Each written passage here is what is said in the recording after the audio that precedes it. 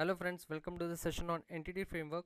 Myself Guru, and I love to do the .NET coding. I have experience in ASP.NET, C Sharp, SQL Server. I know design patterns, UML, WCF, WPF, SharePoint, Ajax, jQuery.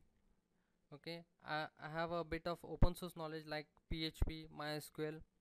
I also do the search engine marketing like social search engine optimization and social media networking. Okay, so yes, the completely I do have 3-4 years of experience in the IT technology. So now let's come back to the session. So in this session we will demonstrate like how to create an entity framework. Let On this we will see the simple example, and we will also see the how to fire the queries like select, insert, update, delete using Linq. Linq is nothing but language integrated query. Okay, and at lastly we will also see how to access the stored procedures in entity framework. So this is the session is all about.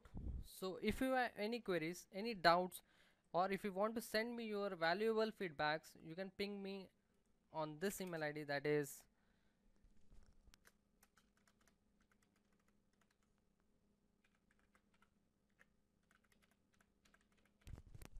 gurumatrix2004@gmail.com, and this is my blog, gurumatrix.wordpress.com. Okay, yes. So now let's start our demonstration on entity framework. Before I actually give you the actual demo on entity framework, let me explain you what is an entity framework and why we need to use an entity framework in our application. Okay, yes. So let me give you a quick simple one-liner definition on entity framework. Entity framework is nothing but a communicator, a translator, or you can say a bridge between your database and your application. It just acts like an communicator, translator between your database and your application. And here your database can be Oracle, SQL, okay, and your application can be a Windows form application, web form application, mobile application, okay. And entity framework designer code is usually presented in the OOPS model, that is object oriented programming model. That means everything is presented in terms of classes and objects. So if it means if you want to access the entity object, then you can create the instance of that object and start using that object. By using that object, you can load the data from the database, you can fire the insert, update, delete queries, you can get access of the show procedures, and you can do many things. Means you can write the validations. If you want to have a custom validation, you can write that validation also. Okay, you can get the connection of that particular database. You can do many things. So it's like it is also like an entry point to get the access in the entity framework. So now let me just display the definition part of the entity framework. Okay, as I already explained, that is the entity framework and translator between relational data and the application. Okay, and it uses, let me write that, and it is structured in object oriented programming model,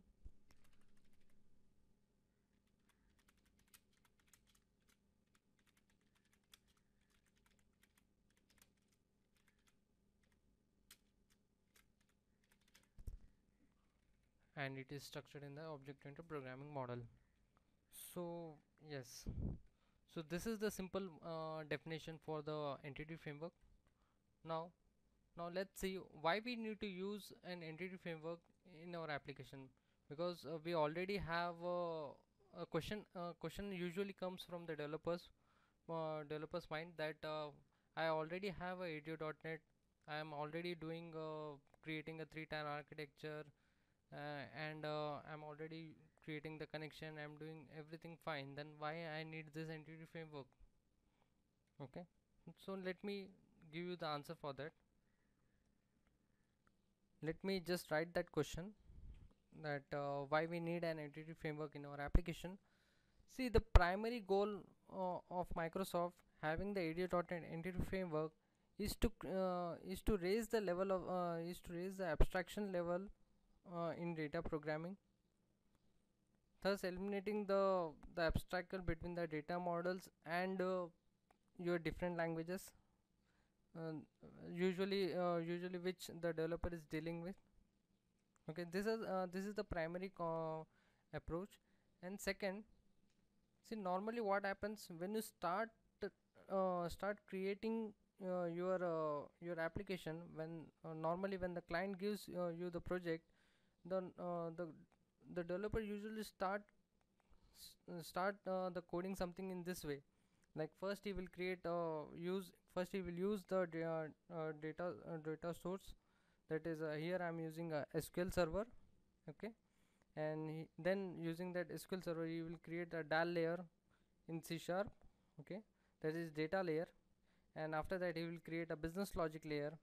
The business logic layer is nothing but a logic layer where you write where you load all the collection of the data, uh, and where you can have your business validation.